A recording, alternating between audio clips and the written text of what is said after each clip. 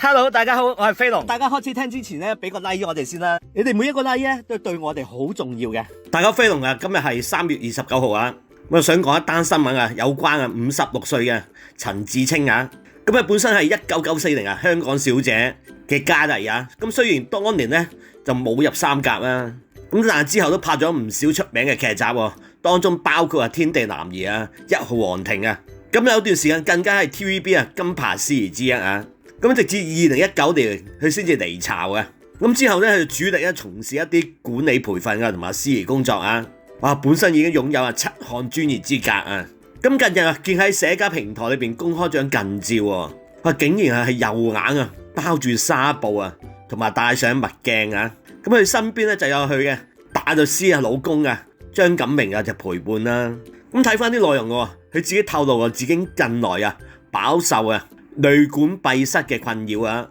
短短2個月之內啊，已經做咗2次手術啊，而且做完手術啊都未完全康復嘅啫，嚟緊仲要做啊第3次手術添啊，咁見佢喺 IG 啊仲向網民求助添喎，即係問有冇啲人啊都好似佢咁嘅情況啊，試過淚管閉塞啊，因為我諗佢應該已經試過每日都用熱敷啊，但好似唔覺有效喎。咁佢仲話咧，係唔想再做手術啊。不過咧，佢都感謝佢丈夫啊，一路喺身邊陪伴佢啊。咁佢貼文裏邊就仲寫，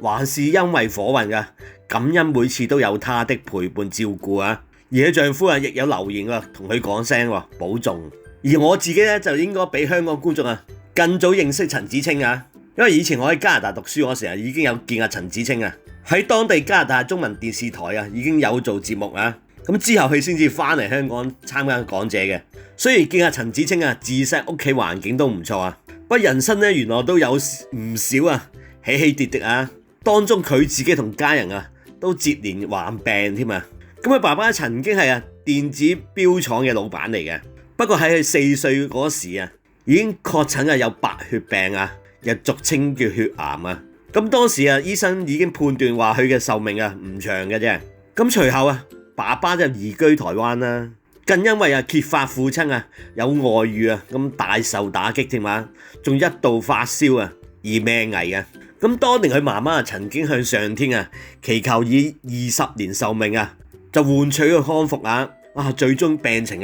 竟然奇蹟好轉啊。咁其後佢就去加拿大求學咁身兼多職就終於戰勝病魔啦。咁到佢18歲嗰時，佢媽媽就再婚反而咧又令佢媽媽再度陷入情緒低谷並且患上嚴重嘅胃潰瘍添啊。而陳芷菁近年就主力照顧家庭經歷多位親友離世佢亦曾經陪伴患癌兼且中風嘅生父走過人生最後8個月由沖涼至換尿片亦親力親為咁佢爸爸亦喺2018年咧就離世咁此外喺加拿大嘅媽媽亦患咗腦退化症及柏金遜症繼父咧亦患有老人痴呆症咁佢為咗方便照顧亦將佢哋2人接翻嚟香港定居咁睇翻一啲記錄陳芷菁嘅媽媽除咗有頭先嘅病之外本身都有家族性嘅心臟病咁所以佢都放好多時間照顧佢媽媽見曾經有個訪問佢話自己都心態都好阿 Q 當照顧老人家就當成 me time 同埋陪伴小朋友玩咁佢仲讚自己嘅丈夫張錦明心地善良每日清晨6點就起床幫外父沖涼換尿片而家仲輪流陪伴2老打麻雀就減輕佢個人嘅負擔好講到家庭咁本身陳芷菁就喺2003年就同佢大律師男朋友張錦明結婚啦，咁同年就生埋佢嘅好可愛嘅女咁而家佢個女都22歲喺加拿大就讀生命科學咁舊年就已經大學畢業嘅，仲係學校嘅學霸嚟嘅，亦代表個大學去法國參加比賽咁佢個女仲遺傳咗媽媽嘅美麗同埋智慧咁佢哋一家人感情都好好噶，雖然陳芷菁自己都多病痛但佢個老公同埋個女都給予佢好大嘅支持好再睇翻陳芷菁都好佩服佢嘅生命力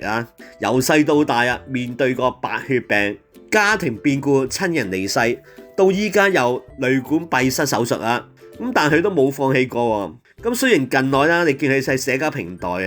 啲語氣都好似幾無奈嚇，仲話唔想做第3次手術啊。但你見佢仲識得幽默咁話，唉，因為火運啫，仲識得感恩每次話有老公陪住啊。咁呢份樂觀心態其實都好難得㗎。咁另外陳芷菁本身啊，佢個子啊，即係草花頭做個點子咁簡單個子字啊，即係制止個子啊，再加多3點水啊。咁佢曾經話過咁樣改呢個字嘅名啊。咁原因因為有高人指點啊，話芷菁咧都有草花頭啊，會太光啊，所以加翻啲水咧喺嗰度就會好啲啊。而改名之後咧，佢都覺得自己心態都好似好咗喎，身體都好似好咗喎。不過好似我頭先話齋啦，呢啲嘢你信就有，唔信就冇咯。到頭來都係自己覺得舒服就得嘅啫。咁講開陳芷菁啊，我順帶提一提啦，佢同阿陳淑蘭一段往事啊。咁呢排就成日都有人提起嘅。事關佢哋兩個咧，就曾經係好姊妹嘅，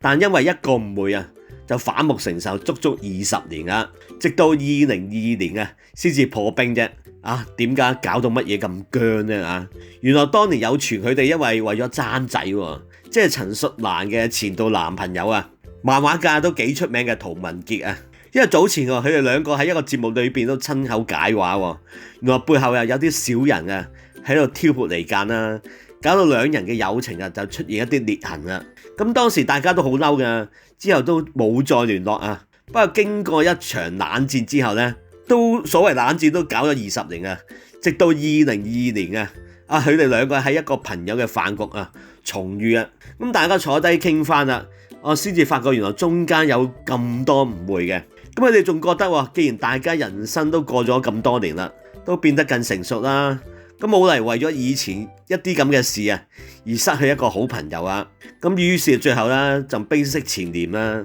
咁仲試過一齊主持港台節目添啊，感情仲比以前仲好添啊。咁陳芷菁都話啊，感覺上啊同阿蘭子啊，好似係一個方形一個圓形咁樣啊，夾埋咧一齊就好夾啊。咁呢段友誼其實嚟得都唔易噶，由於當年佢哋不和啊，至今日互相扶持啊。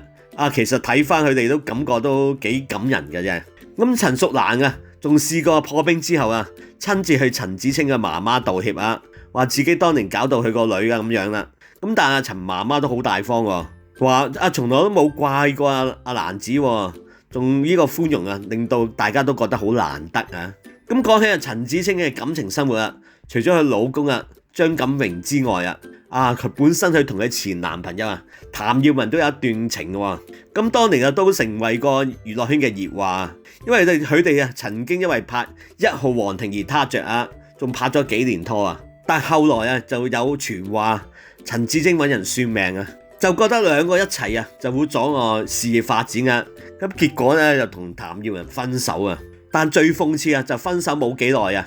譚耀文就憑着幾個反派嘅角色就彈起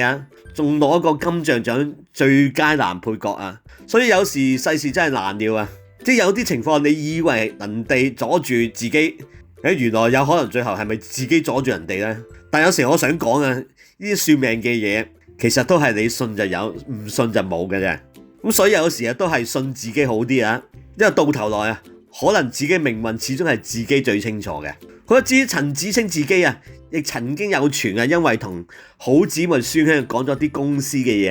嘢點知俾對方出賣將佢嘅說話就話翻俾高層知結果搞到俾 TVB 雪藏事業仲跌入谷底咁呢單嘢當年都轟動一時嘅。咁佢仲曾經公開話過同孫軒就唔會再做朋友添。好，想講翻陳芷菁佢個病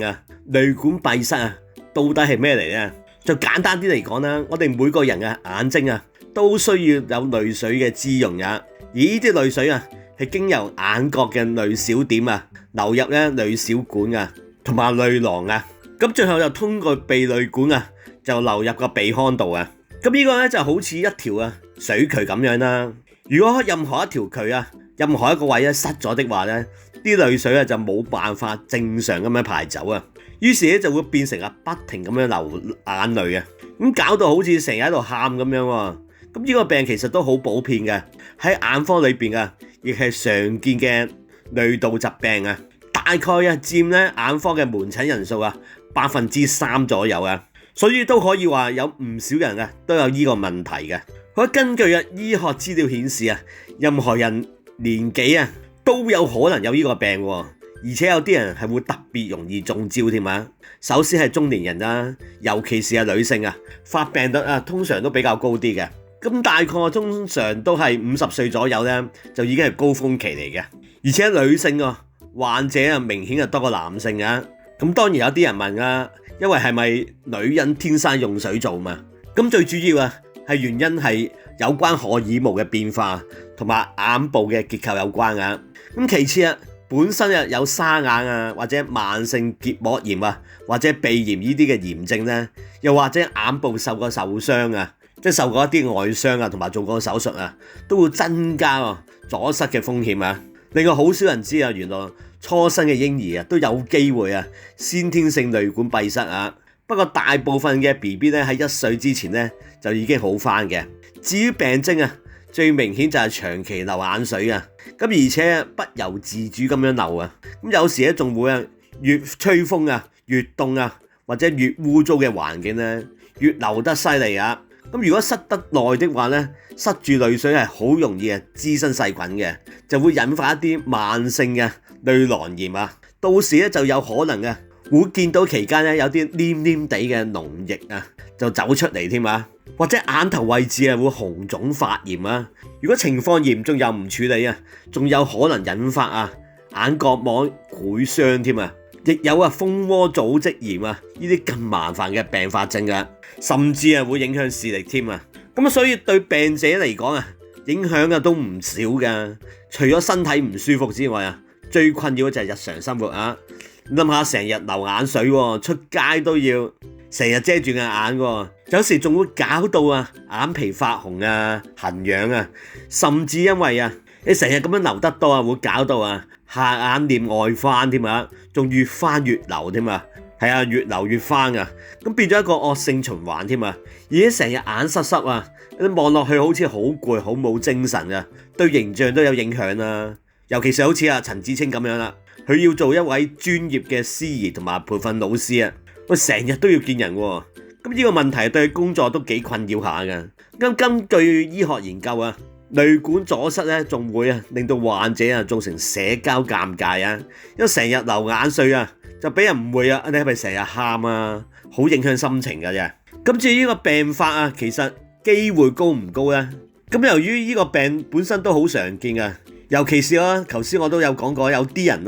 特別係高風險群組嗰啲係頭先都講過啦，隨時係會再病發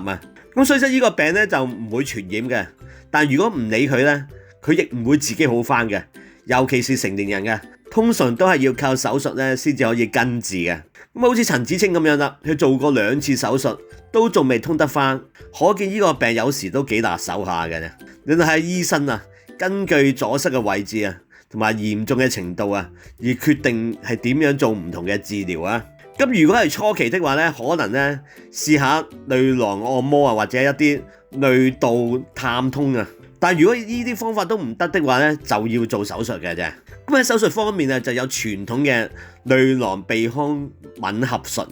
咁呢個係重建一條嘅通道俾佢可以到淚水流入個鼻腔度亦有微創嘅激光淚道成形術咁亦用激光咧就打通一啲阻塞嘅地方嘅，再放翻一條管入去撐住幾個月等佢唔好再塞翻嘅。咁根據一啲內地嘅研究數據呢啲微創手術2年成功咧大概有85%左右嘅。咁但係知如果本身有慢性嘅淚囊炎嘅病史或者流淚水嗰時嘅情況超過1年先處理的話咧，咁手術失敗嘅風險就會高好多噶，要再做手術機會咧亦好大嘅。咁所以如果發現自己有長期流眼水嘅問題千祈唔好輕視其實要早啲睇醫生好啦，講到呢度最後都希望佢可以早日康復快啲好翻另外呢條片頭先都講到啦，淚管閉塞呢個病其實大家可以喺日常生活裏邊留意得到有時候真係預防勝於治療平時多啲注重眼部衛生勤洗手同埋記住就盡量唔好用一啲公共毛巾或者手巾即係盡量唔好同人共用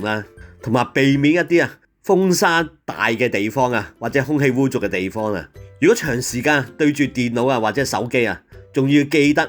俾眼睛有適當嘅休息啊。咁如果自己或者屋企人經常有流淚嘅情況啊，尤其是冇特別原因之下都係咁流的話呢，咁應該早啲睇眼科醫生喎。都係嗰句啊，所有嘅病啊及早治療啊，咁就有機會可以避免喎，最後要開刀啊。好啦，今日新聞講住咁多先啦，遲啲再分享其他新聞，係咁啦，拜拜。